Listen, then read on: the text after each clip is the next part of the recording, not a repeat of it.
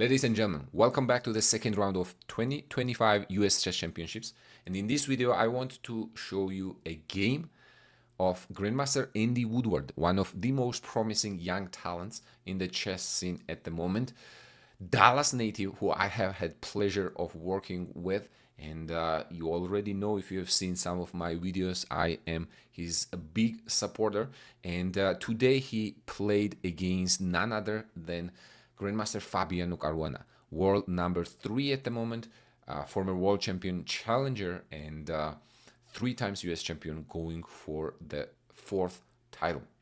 Now, Andy put Fabi against the ropes and had big material advantage. I guess you will have to see if he's able to finish the job. But overall, game was very exciting. So let's dive into it without further ado. Fabi starts with C4 English opening. Andy is playing with black, so goes for E5. Knight goes to C3, knight F6, E3. Already somewhat of a sideline, not mainstream, but still pretty common. But the real sideline here is queen to B3.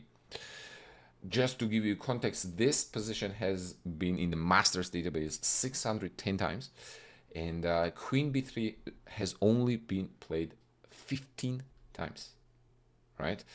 For some reason, it shows now 29 times, actually. So, excuse me, 29 times, okay? The idea is basically to stop the D5, as simple as that.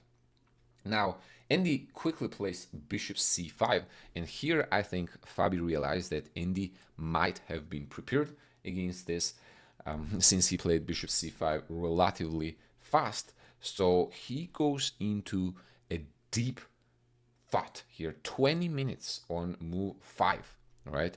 And he plays g3. Unusual way to handle the matters here, because usually White does not want to play both e3 and g3. I always tell my students this creates holes in the position, but being very well aware of it, I think also allows you to break those rules from time to time. However, we'll see how that turns out for Fabiano here. So g3, and already on move 5, we're in completely unknown territory.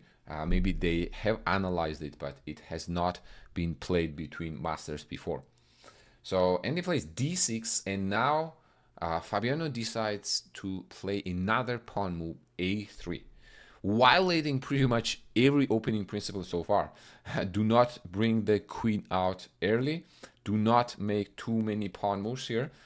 Out of 6 moves, White has played 4 pawn moves and 1 queen move. So basically every single opening principle has been violated so far. All right, fight for the center. Black has the center already, advantage in the center here. So let's see how this plays out. Short castle, bishop g2, and he goes for bishop f5, leaving this b7 pawn to develop all 4 minor pieces. Fabiano bites the bullet with queen b7, and you may be thinking here, isn't some material hanging here?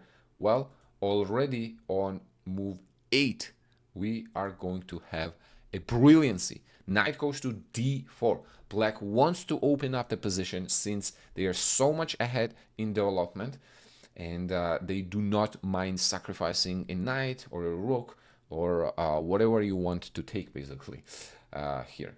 So e takes d4 is apparently evaluated as blunder. If queen a8 here, queen takes a8, bishop takes a8, the line goes knight c2, king d1 takes on a1, and White is up in material here still, but this bishop is hanging, then bishop c2 check, knight goes to b3, it has to move apparently to h3 here. If it goes to f3, there will be e4, and long story short, Black still has a lot of initiative.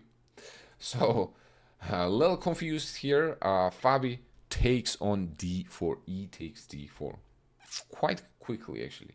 E takes d4 back and retreats back the queen to f3. Now And queen a8 was a blunder here. That would be a check, and then black would win a queen here. So Fabi says, all right, I gotta go back here to take care of my king a little bit. Queen f3, which is followed with another brilliancy, bishop to g4. Again, taking on a8 is not a good idea here due to this queen e7 check still. So queen moves to d3, and after d takes c3, black gets the piece back and still maintains a huge initiative. All white pieces are still undeveloped, while black already has 3 minor pieces out, and rook is ready to check the king. Now king has to lose castling here, moves on the side to f1, and apparently this was one of the critical moments in the game.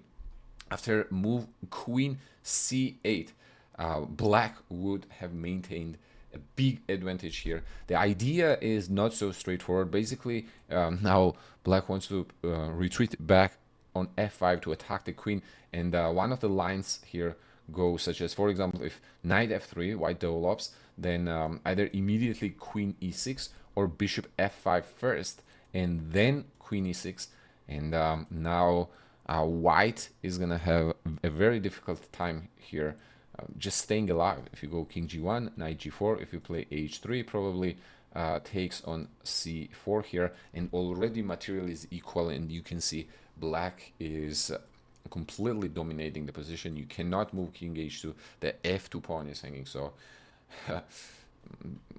basically white's position here is dreadful. So queen c8 was probably the most precise move according to the computer here, but Andy plays knight to d7, which is also a strong idea here. Knight e5 is a threat to attack the queen and the pawn, and don't you even think about taking the rook here. That is going to be tragic. Now white's light squares here are going to be very weak, and the relative value of the pieces, which I talk a lot in my videos here. Consider this bishop versus the rook, for example. Which one is stronger? On the paper, we know that the rook is worth 5 points and bishop is worth 3, but in this particular case, this bishop is completely dominating the entire position. White has no coordination whatsoever, no development whatsoever, so the game is going to be decided in the next few moves here. So knight goes to f3 was played here. Knight e5, knight takes e5, rook takes e5. Still, this rook is a taboo, so bishop goes to f4, and Fabi allows Andy to get the queen either with rook e2 or bishop e2. Both of them would win the queen, after which white is left with a rook, minor piece, and a pawn for the queen. Now, on top of that, king is still in the center here. However, white got a little bit of momentum here to finish the development, get rook in the game. Now bishop c6 is intended to take control of the e8 square, so the rook does not get in immediately in the game. And now from here on, white is trying to basically trade off some pieces here in order to survive. And it's even though black has a huge material advantage here, converting is not going to be easy. Right now, this was probably one of the moves that gave up a lot of black's advantage here, and is gonna allow white to set up the fortress here. The better move would have been apparently queen g4, but why that is a better move is not so easy here. And apparently after a move like here, if you go back, g6, king g7, it's not so obvious here how should black make progress. So queen goes back to c8 was played, and after king f3, queen reroutes to a6 to win a pawn, but after b5 that pawn is given. Now bishop is gonna get on d5, and it is going to be very hard for black to make progress. So there was some shuffling here. Now white has defended all of its pawns, and black is not able to make a passer. So the game continued here with some trades, and tower stand. It was actually the white who got a little bit of a push here, but queen is a very versatile piece. It can defend and attack at the same time. So after a few moves here, white was not able to make progress. So the end was actually quite nice here.